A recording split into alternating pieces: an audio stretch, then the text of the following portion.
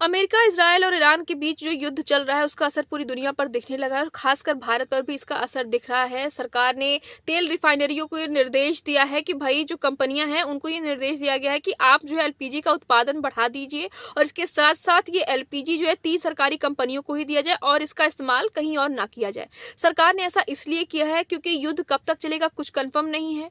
और एलपीजी का इस्तेमाल जो है सिर्फ घरेलू काम में ही लिया जाए और इसीलिए सरकार ने ये कहा है कि इसका उत्पादन भी बढ़ाइए और एलपीजी का कहीं और इस्तेमाल ना हो। साथ ही साथ भारत में एलपीजी का रेट भी अब जो है बढ़ चुका है, यानी कि अब पहले 853 रुपए था, अब जो है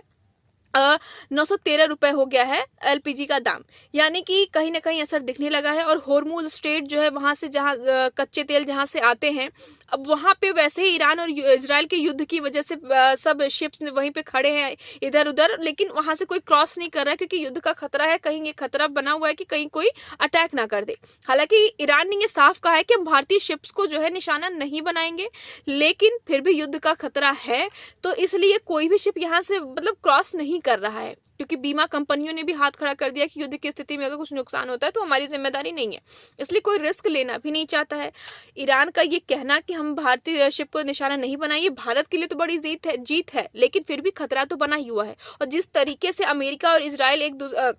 ईरान पे बैक टू बैक हमले करे, 4-5 शहरों पर अभी हमला किया गया, ईरान भी अभी इजराइल के कई शहरों पर उसने हमले किए और उसके जो ड्रोन है